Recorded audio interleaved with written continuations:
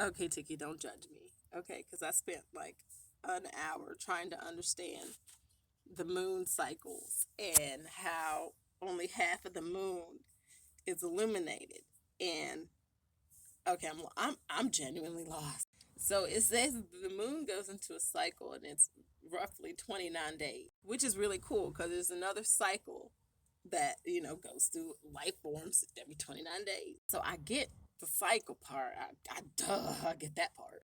But you telling me that, okay, when, meanwhile, the phases of the moon mean that when it moves between the earth and the sun. So when the moon moves between the earth and the sun, the illuminated side of the moon faces away from us and we get the dark side of the moon. So the moon is lit up by the sun. I'm lost. So the picture is saying that, oh Lord mercy. So there is only one piece of the moon itself is lit up. Okay, so we're saying that the moon is a dark object and it has no light, no life form, no nothing. Literally, the only reason we see the moon is because the sun shines all the way through the. Okay, I'm lost. Okay, so at nighttime, when the sun is opposite of the moon, but the moon is in between us and the sun. Oh my God. So when it's daytime in the other part of the world, so the sun is over there.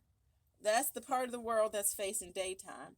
This is the part of the world that's facing nighttime, but we have a fully lit moon because the moon is lit up by the sun.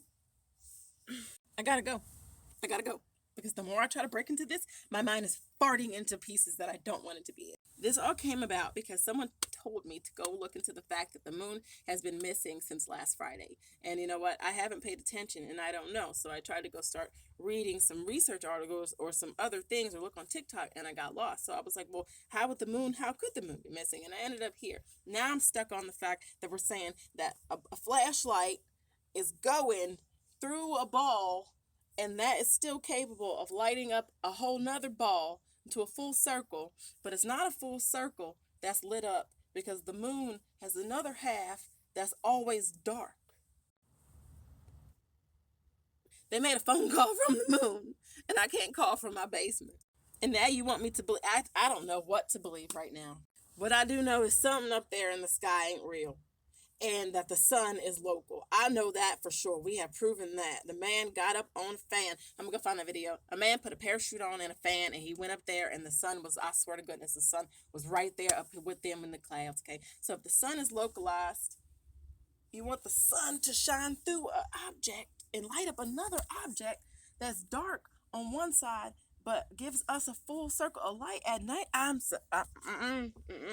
Gotta go. Got to go. First and foremost, no judgment here, and shout out to the lady who posted this video. Let's answer your question. I highly recommend you check out David Icke's Saturn Moon Matrix video. It's a really good one. In that video, he explores mysteries about the moon, concerning in one case how the moon at some point reached the Earth's orbit, stopped, and then stayed there. Also facts that no one really knows how the moon actually came to form, as all we have really are just prevailing theory. Do I trust NASA? Not really.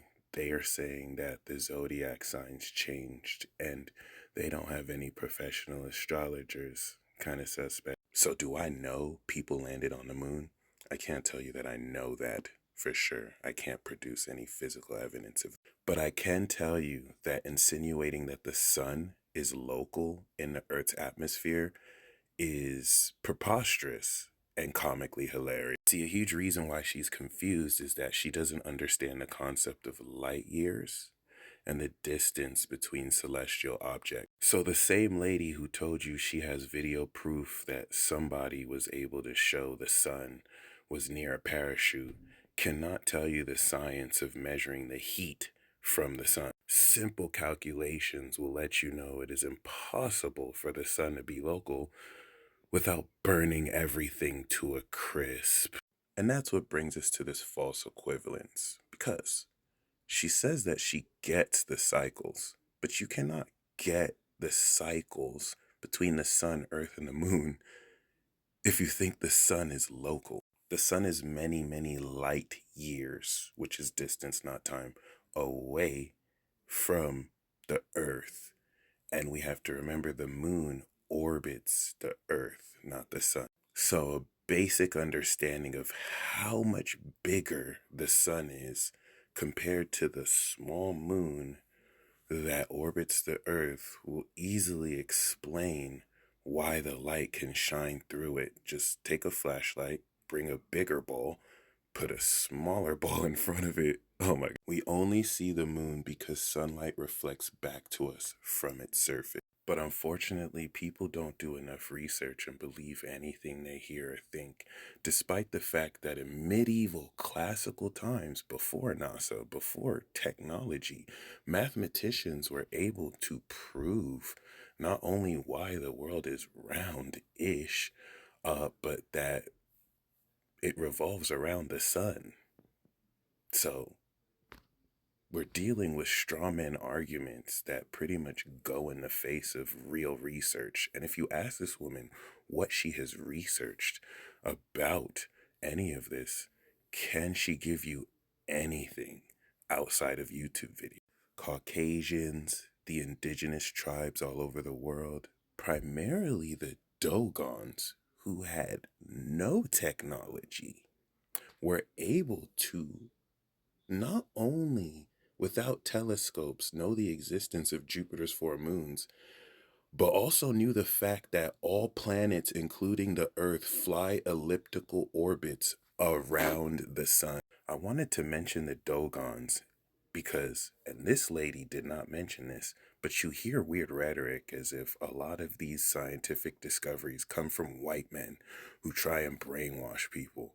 But it's our ancient ancestors who knew this before, I want to say anybody. So it's something to be said that a primitive tribe with no advanced technology can calculate this, whereas people with internet and a ton of resources don't know the answers to the most simplest of questions. Once again, this is no disrespect to the person who made that video. She just wanted an honest answer. So here's that honest answer.